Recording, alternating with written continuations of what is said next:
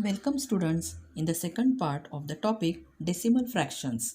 In this video, we are going to solve practice set 14. Let's solve practice set 14.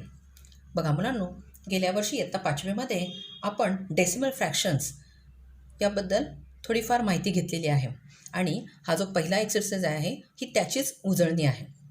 पहा, in the table below write the place value of each of the digits in the number 378.025. आपल्याला हा एक जो number दिलेला आहे या नंबरमधील प्रत्येक अंकाची आपल्याला प्लेस व्हॅल्यू तिथे लिहायची आहे. काही अंकांची प्लेस व्हॅल्यू इथे काढून दाखवलेली आहे. पहा, हा जो चार्ट आहे या चार्टचे आपण निरीक्षण करूया. The first column is about place, then the second is hundreds. आता हंड्रेड्स का घेतला? कारण या ठिकाणी हा युनिट्स, हा टेन्स आणि हा हंड्रेड्स आहे, म्हणून आपण पहिला हंड्रेड्स घेतलेला आहे. So the first place is hundreds, then tens, units, then after point or decimal point it is tens, it is hundreds and it is thousands. हे आपण इयत्ता 5वी मध्ये शिकलेलो आहोत. आता जी किंमत आहे hundreds, that means 100, tens 10, units 1, tens means 1/10, hundreds means 1/100 and thousands means 1/1000. आता आपल्याला जी दिलेली संख्या आहे ती आहे 378.025. So 300. So the digit in hundreds place is 3, in tens place is 7, and in units place is 8. Then after the decimal point, 0 is the digit and it is of tens place. So 0 is at tens place, 2 is at hundreds place, and 5 is at thousands place. Now what is the place value of each digit? Let's find out. This is 300. The place is hundreds place and the digit is 3. So it is 300. Okay. Now here the digit is 7 but its place is tens. So the place value of 7 is 70. Next digit is 8 and its place is units place. So its place value is 8. Here the digit is 0 but its place is 1/10, that means tens. So the place value of 0 is 0/10, which is equal to 0. Now the next digit is 2. Its place is hundreds place. So the place value of this digit is 2/100, which is equal to, पहा मुलांनो, या ठिकाणी आपण हे गेल्या वर्षी शिकलेलो आहे. इथे 2 झिरो आहेत म्हणून डिनॉमिनेटरमध्ये 100 म्हणजे इथे 2 झिरो आहेत. न्यूमरेटरमध्ये फक्त 2 एकच डिजिट आहे म्हणून आपण 2 आधी लिहिणार आहोत. 2 झिरो असल्यामुळे 2 आपण या अंकाच्या डावीकडून आपण सुरुवात करणार आहे. या ठिकाणी डावीकडे आपण एक 0 लिहिणार आहे. सो 0 आणि मग आपल्याला इथे डेसिमल पॉईंट लिहायचा आहे. सो बघा परत एकदा 2/100 which is equal to 0.02.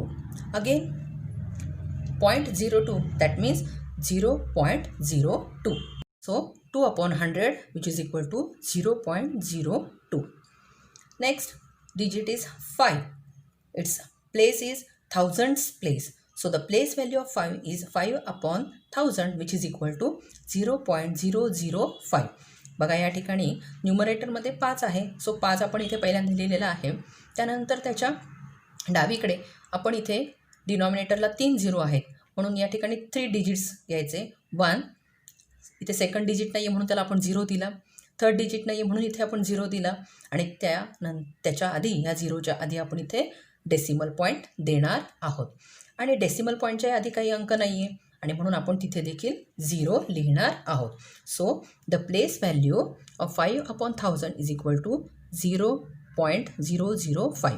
या दोन्हींचा अर्थ सेम आहे. This is the common fraction and this is the decimal fraction. Let's solve the second question. Solve. We are going to add these decimal fractions. Now here is the number 905.5 plus 27.197. So write in vertically. So 905.5 plus मुलांनो, आता आपल्याला इथे काय लक्षात ठेवायचे, सर्वात महत्त्वाची गोष्ट, that means always remember that position of the decimal point should be always one below the other. म्हणजे पहिल्या संख्येचा डेसिमल पॉईंट हा या ठिकाणी या 5 नंतर आहे आणि या ठिकाणी दुसऱ्या अंकामध्ये 7 नंतर डेसिमल पॉईंट आहे. The decimal point here is after 7. So write 27 here and there is point below this decimal point and then write 197. पाहिल्यात मुलांनो, हे गणित पहिल्यांदा प्रथम व्यवस्थित लिहून घ्यायचं आहे. पहिल्या अंकामध्ये 905.5, दुसऱ्या अंकामध्ये 27.197. या ठिकाणी आपण या दोन्ही डेसिमल पॉईंटची पोझिशन ही एकाखाली एक ठेवलेली आहे. हे अत्यंत काळजीपूर्वक करायचे आहे. Now here after the decimal point there is only 1 digit and after the decimal point here are 3 digits. So to match these digits we have to put 2 zeros in the first number. या ठिकाणी हे 2 zero आपण देऊ शकतो. Now add these numbers.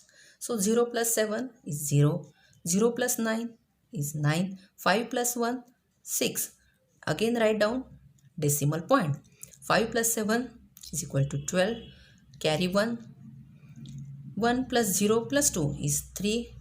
And write 9. So the answer is 932.697. Let's solve the third example. 40 + 27.7 + 2.451. So write down the numbers here. This is 4040. It is a complete number. So write 40. 27.7. आता या ठिकाणी decimal point नाही आहे, बरोबर आहे. मग आपण आता इथे काय करणार आहे, 4040 हा कंप्लीट नंबर आहे. तर आता आपल्याला डेसिमल पॉईंट द्यायचा असेल तर आपण ह्या 40 नंतर या ठिकाणी डेसिमल पॉईंट देणार आहोत. ठीक आहे.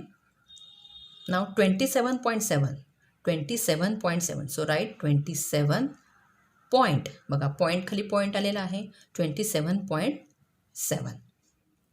The third number is 2.451. आता 2 कुठे लिहिणार आपण, अगदी बरोबर या 7च्या खाली. सो कारण ह्या 2ची जी प्लेस व्हॅल्यू आहे, त्याचं जे प्लेस आहे ते युनिट्स आहे, म्हणून युनिटच्या खाली युनिट लिहायचं.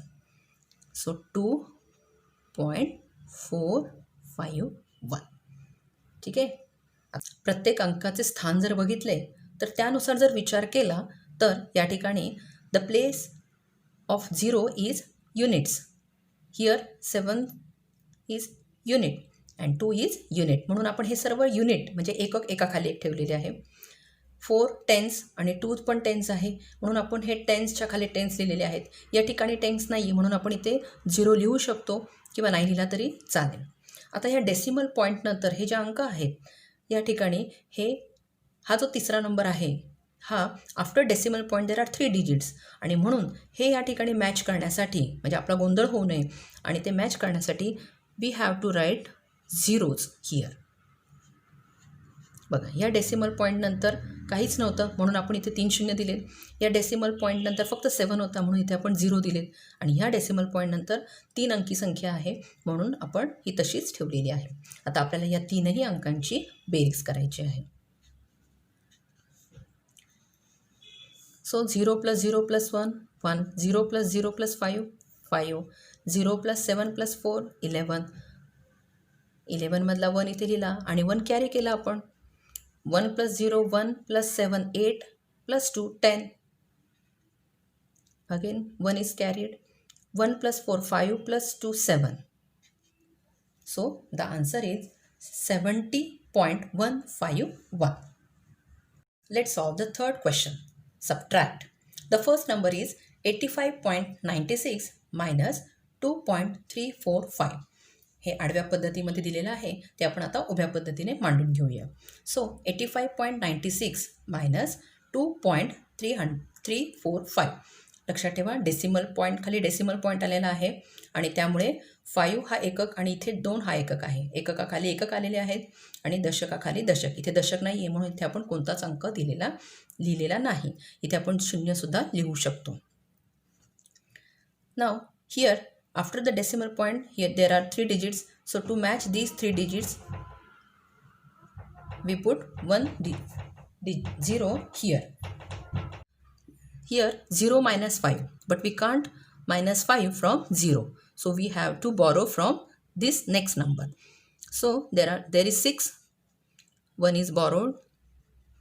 So there remains 5 and here 10. So 10 minus 5 is equal to 5. 5 minus 4, 1. 9 minus 3, 6. Decimal point इथे आपण दिलेला आहे तो इथेच लिहायचा. 5 minus 2, 3. And 8 minus 0 is 8. So the answer is 83.615. Now let's solve the third example. 200.005 minus 17.186. So write the number vertically. The first number is written here, minus 17. So write 1 below tens, write 7 below units, 0.187. Now we are going to subtract this number from this number. So here 5 minus 6, we can't subtract 6 from 5. So what we can do, we have to borrow from the neighboring number, but the neighboring number is 0. So he went to this number. Again there are 0, 0, 0. So what should we do? Yes, we should borrow 1 from this first number. पहा मुलांनो, या 5 मधून 6 जात नाही म्हणून आपण शेजारी जाणार, पण इथे 0, याही ठिकाणी 0 असे 0 असल्यामुळे आता आपण या 2 कडे जाणार आहोत. म्हणून यातून आपण एक बॉरो करणार आहोत. म्हणजे या ठिकाणी किती राहणार आहे? 10. यातला एक बॉरो आपण शेजारच्याला केला, मग आता इथे किती राहणार आहे? 9. यातला याने एक बॉरो केला, याच्याकडे राहणार आहेत 9 आणि याच्याकडे येणार आहेत 10. पुन्हा याने या 10 मधून एक बॉरो केला, इथे राहणार आहे 9 आणि या ठिकाणी आले 10. पण या 10 मधून पण आपण एक दिलेला आहे, सो या ठिकाणी राहिले 9 आणि या 5 मध्ये 15. इथे 5 होते आणि इथे 15 होणार आहे. पाहिलं? अशा प्रकारे आधी आपण बॉरो केलेले आहे. सो आता बघा, या ठिकाणी 5 मधून 6 जात नाही म्हणून याने याच्याकडून एक बॉरो केला, म्हणजे एक टेन्स घेतला. हा 5 टेन्स आणि हा 5 युनिट्स आणि हे 1 टेन्स, म्हणून इथे ॲडिशन झाली 15 युनिट्स. आता या 15 मधून 6 मायनस करायचे, द आन्सर इज 9. या 9 मधून आपल्याला 8 मायनस करायचे, द आन्सर इज 1. पुन्हा या 9 मधून 1 मायनस करायचे, द आन्सर इज 8. आता इथे डेसिमल पॉईंट आहे तो आपण इथे लिहिणार आहोत. Then 9 minus 7, 2. 9 minus 1, 8. And 1 minus 0 means 1. Observe the example carefully. The final answer is 182.819.